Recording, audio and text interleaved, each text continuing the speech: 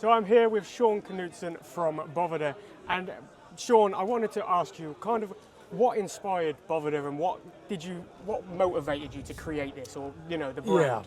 Yeah. Perfect. Good question. First of all, I want to get it straight. I did not invent the technology of the product. I'm one of 6 original founders of Boveda. This goes back to 1997. In our company, the genesis of our company started with an individual that was manufacturing humidors. Okay. And they were really unique humidors. They were actually wooden for the breast pocket of a jacket. They had coffin tops, and so he had a really difficult time maintaining humidity inside these boxes to hold the integrity of the wood and all of that. Right. And it just so happened that a family friend of his he met was talking to at church, who had just retired from the food corporation in the Twin Cities, General Mills. So they make Cheerios, Wheaties, and so on. And so Dr. Albert Sari was a food formulations chemist in the Betty Crocker division of General Mills.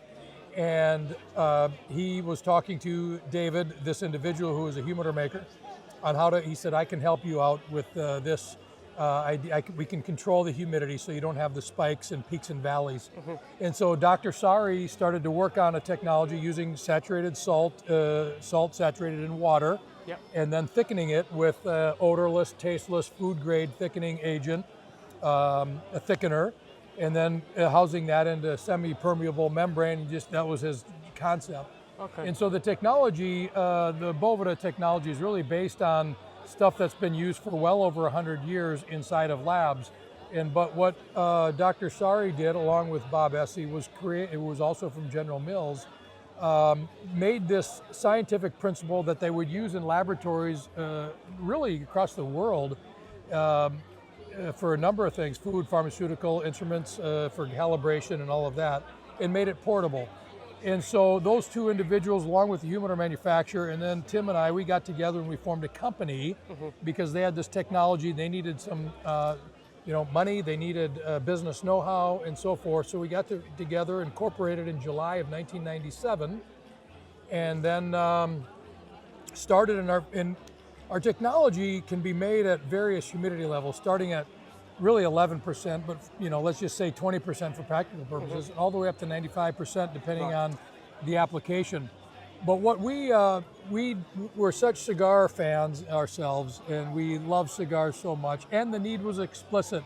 The consumers understood the need for humidity control, mm-hmm, for a premium cigars, and so that was our initial industry. We knew we applied to food, pharmaceutical, musical instruments, and other areas, cannabis now, and so on. But we put our focus into the premium cigar to just develop that market for our technology, which we called two-way humidity control, mm-hmm, because everything on the market to that point was a humidifier. Right. Humidifiers work in one direction. You fill a reservoir with water, it gives up moisture, whether the container needs it or not, mm-hmm, and the humidity climbs toward 100, and then it will drop and dissipate and go under and go low, of course, mm-hmm, and then you need to refill it. So you're creating an environment that's quite volatile in humidors and so forth. So our technology eliminated all that. It's a very interesting product, and it's one that I think is quite foolproof. It kind of takes, I know we listened to you on the seminar earlier, but it kind of takes the guesswork out of it for most people. It's one that I use in my personal humidors, and I think that most people should. But kind of how does it work? It can add humidity, it can take humidity away, but how does that work? It's amazing, isn't it? The technology is so simple, it's so elegant in its simplicity, mm-hmm, and all it is based on a scientific principle. So if you were to look in any chemistry book, you could take a look at saturated salt solutions. Okay. So for example, you take table salt. Table salt is sodium chloride. So if we had a glass of water here and we put table salt in the water, mixed it up in, let's say you had a heftle, yep, and you put a lid on it, the head space within this container would be 75.5% relative humidity.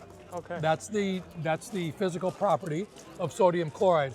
Now you take different salts, they maintain different levels of relative humidity. Now you start combining salts and we create them. So we have proprietary versions, like our 69% is proprietary, mm-hmm, and that creates a 69%. So it's just salt saturated in water, and it's just like a physical property like gravity or anything else. And these numbers are published in chemistry, mm-hmm, book. But where our expertise came in is to, one, I told you about the the blending of salts to maintain a humidity, but then is also thickening it and enclosing that into a semi-permeable membrane. So the liquid stays on the inside. In addition to that, the membrane that we use is a vapor phase reverse osmosis membrane. So all the liquid stays on the inside, but the water vapor is purified as it comes out of the membrane. Right. So any ions can't pass through the membrane, and so only purified water vapor can pass through that membrane. And so you're getting the cleanest, most purified water vapor that you can get in any system that you would be using. Well, that's incredible and unbelievably insightful. I think a lot of people understand what it does, but don't necessarily understand how it made and how it actually does what it is. But that's incredible. Thank you very much for taking the time you're welcome. Yeah, thank you. With me. I Awesome. appreciate that. I appreciate it. Thank you Thank very you very much. much.